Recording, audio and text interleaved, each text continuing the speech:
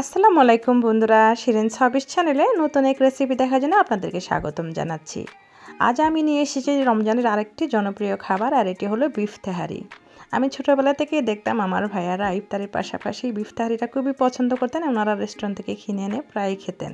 তো চিন্তা করলাম আমি আমার বাচ্চাদের জন্য রেডি করে ফেলি, যাতে আমার ছোটোবেলার মতো আমার বাচ্চারাও খেতে পারে এই বিফ তেহারি।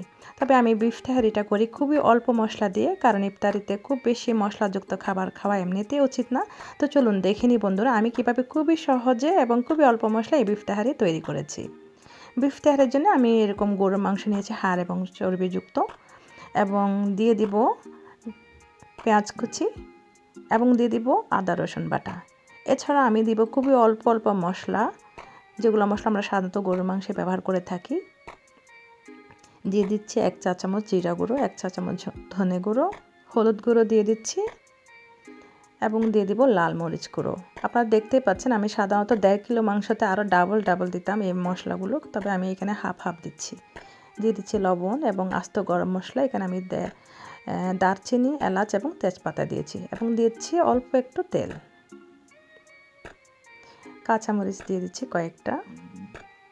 এবার ভালো মতো মশলার সাথে আমি মাংসটাকে একদম মাখিয়ে নেব।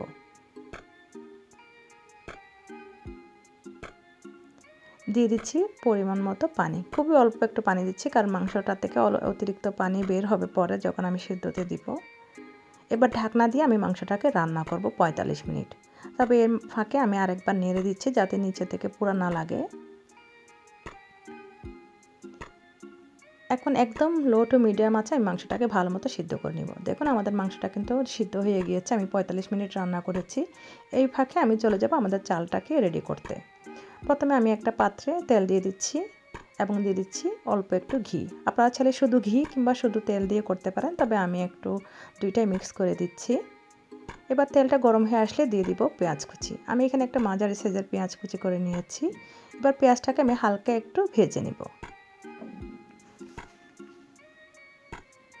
আমাদের পেঁয়াজটা একটু বাদামি হয়ে আসলে আমি দিয়ে দিব চাল। আমি চালটাকে কিন্তু আগে থেকে ধুয়ে একদম প্রায় 10-15 মিনিট পানি ঝরিয়ে রেখেছি। দেখতেই পাচ্ছেন একদম শুকনো শুকনো হয়ে গিয়েছে। এবার চালটাকে আমি পেঁয়াজ এবং তেলের সাথে ভালো মতো ভেজে নেব। আমাদের পোলাও কিংবা তেহারি কিন্তু ঝরঝরে হওয়ার পেছনে এটা একটাই কারণ, চালটা খুব সুন্দরভাবে ভাজা হওয়া। তাই আমি চেষ্টা করেছি 5 থেকে 7 মিনিট চালটাকে একদম সুন্দর মতো লো আঁচে ভেজে নিতে। আমাদের চালটা একদম ঝরঝরে হয়ে গিয়েছে, ভাজাটা ঠিক মতো হয়েছে। এবার আমি দিয়ে দিব আমাদের রান্না করে রাখা গরুর মাংস। এবার আবারও ভালো মতো চাল এবং গরুর মাংসটা একটু নেড়ে চেড়ে ভেজে নিব পানি দেওয়ার আগে।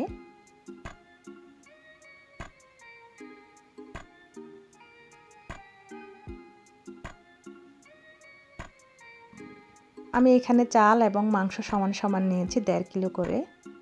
এবার দিয়ে দিব আমি 10 কাপ মতো পানি।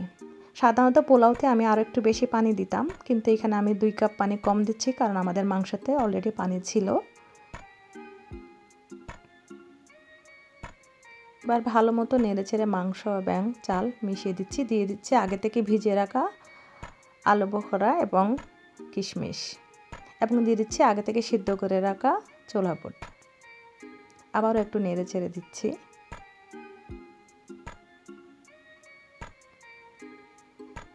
দিয়ে দিব পরিমাণ মতো লবণ। যেহেতু আমাদের মাংসতে লবণ ছিল, তাই আমি এখানে হিসাব করে দিচ্ছি।